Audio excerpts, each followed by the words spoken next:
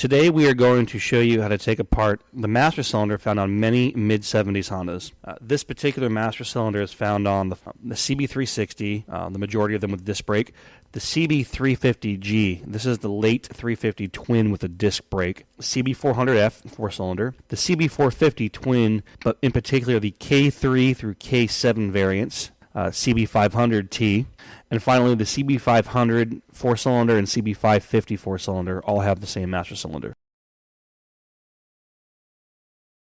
Our master cylinder reservoir is full of corrosion and crystallized brake fluid. This is pretty typical for these master cylinders.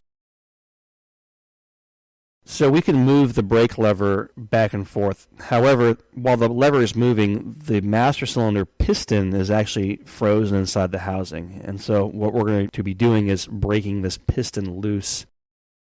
The master cylinder is removed from the handlebars. A little bit of PB Blaster makes it a lot easier to take off. However, before you unbolt the master cylinder assembly from the bars, you should take the banjo fitting bolt loose for the brake line and also take off the brake lever. It's just easier to do when it's still mounted on the handlebars. A little closer look at the reservoir. Although it might seem intimidating, this master cylinder can be salvaged, and all the corrosion can be removed and cleaned out and made used again. Here we see all the external parts of the master cylinder laid out. In the center, you'll notice an oval plate with a hole in it. This is the lever stop bushing cover, often the overlooked part, or it's missing on a lot of bikes. So check to see if you have it. Its job is to keep the brake lever bushing stop in place. Starting at the top left, fill the master cylinder with some PB Blaster and let it soak for a while. We're going to let the oil actually try to seep around the piston and start breaking some of the corrosion and rust loose that's actually inside. And then we're going to actually take a small punch and come in from the banjo bolt fitting side and try to pop the return spring loose. The end of the master cylinder piston can be seen here. The black rubber folds are actually a dust boot. Typically we have to kind of tear them out because they won't be removed cleanly. So once most of the boot has been removed, the wire clip that holds the top of the boot in place can be removed with a hook. Just a simple little half circle round clip. So after the wire clip is removed, the rest of the dust boot can be taken out of the housing, and we can actually expose the snap ring which holds the piston in place into the housing. So this is the end of the piston with the boot removed, and the dust on the outer perimeter is actually covering the snap ring. So we need to scrape out a little bit, and it'll expose the snap ring.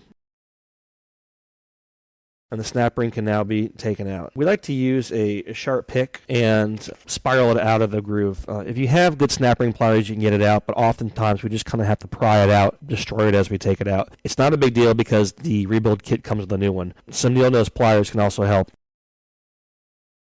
So we have to heat up the part so we can actually cause the metal to expand and let the oil seep around the piston so we can break it loose. So we're going to apply some heat to the master cylinder and let the penetrating oil seep past the rusts and loosen up the piston. We might have to heat cycle this 2 or 3 times to actually get the piston to start to move.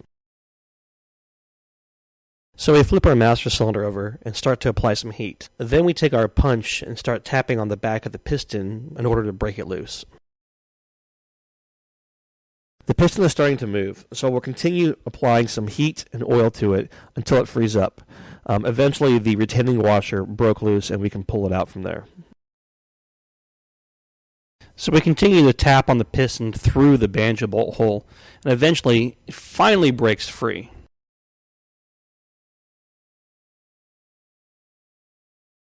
The piston has been removed, and you can see all the rust and corrosion that caused it to stick into place. But wait. There's a little bit more we got to pull out before this job is done. The return spring that we snapped loose back on a few slides is still inside the housing, and we have to fish it out. So we can do it with a hook, pull it out, and now our master cylinder is apart. So here's the layout of all the internal pieces in the respective order they go in. And that's it. The master cylinder is completely disassembled. It's ready for a cleaning and a rebuild. Want to see how it goes all back together? Check out the master cylinder rebuild video. If you like this video, please subscribe to our YouTube channel. Like us on Facebook, Common Motor Collective, Google+, Common Motor Collective, or visit our website at common-motor.com. Thanks a lot.